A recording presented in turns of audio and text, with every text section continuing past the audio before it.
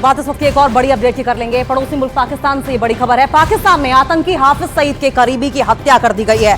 आतंकी संगठन लश्कर-ए-तैयबा के संस्थापक सदस्यों में से एक और आतंकी हाफिज सईद के करीबी सहयोगी कैसर फारूक की कराची में अज्ञात बंदूकधारियों ने गोली मारकर हत्या कर दी गई है। एक तरफ आपको बताएं कि लश्कर-ए-तैयबा के संस्थापक हाफिज सईद के बेटे के गुमशुदगी की अपहरण की खबर सामने आ रही है, वहीं करीबी के मारे जाने का एक सीसीटीवी फुटेज भी सामने आया है। इस वारदात के बाद से इलाके में हड़कंप मचा हुआ है। कैसर फारूक की हत्या के बाद हाफिज सईद की जेल की सुरक्षा बढ़ा दी गई है। और आपको बताएं कि 26/11 मुंबई हमले में भी कैसर फारूक एक आरोपी है। और इसी खबर पर और ज्यादा जानकारी के लिए हम रुक कर लेंगे, हमारे साथ सहयोगी ओपी तिवारी भी जुड़ गए हैं। ओपी, कैसर फारूक के मारे जाने की खबर सामने आ रही है। बिल्कुल, मैं आपको बता दूं, कैसर फारूक खैबर पख्तूनवा पाकिस्तान के रहने वाले हैं और कराची में एक मस्जिद के निरीक्षण के बाद ये अपने कुछ चेलों के साथ वापस आ रहे थे, तभी दो अज्ञात मोटरसाइकिल सवारों ने इन पर गोली चलाई। वीडियो में स्पष्ट तौर पर देखा जा सकता है कि इनके साथ चल रहे एक छात्र को भी गोली लगी और इन्हें भी गोलियां लगी।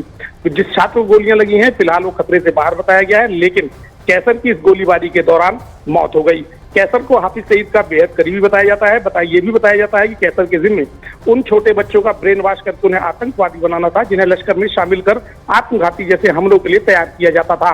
फिलहाल ये बताया जा रहा है कि लश्कर में चूंकि हाफिज सईद को लंबे समय के लिए जेल भेजा गया है, तो ऐसे में लश्कर-ए-तैयबा में वर्चस्व की जंग शुरू हो गई है और उसी जंग के चलते कैसर की हत्या हुई है। और इसके पहले भी लश्कर के कुछ ऑपरेटर्स जो हाफिज के बेहद करीबी थे, उनकी भी हत्या की जा चुकी है और इनको भी उसी हत्या से जोड़कर देखा जा रहा है। जी ओपी, ये घटना कहाँ की है, क्या इस बारे में कोई जानकारी? और हाफिज सईद के बेटे के अपहरण की भी खबरें सामने आ रही हैं, कोई जानकारी इस बारे में? बिल्कुल, मैं आपको बता दूं, ये घटना कराची शहर में कल देर शाम हुई, जब ये कैसर एक मस्जिद का निरीक्षण करने के बाद वापस आ रहे थे। और इस वीडियो सीसीटीवी फुटेज में भी साफ तौर पर दिखाई दे रहा है कि गोलीबारी हो रही है और उसमें कैसर गोली खाकर गिरते हुए दिख रहे हैं। जहां तक हाफिज सईद के बेटे की किडनैपिंग की बात है, 2 दिन पहले उनकी जो संस्था है उन्होंने इस बात से इनकार किया था।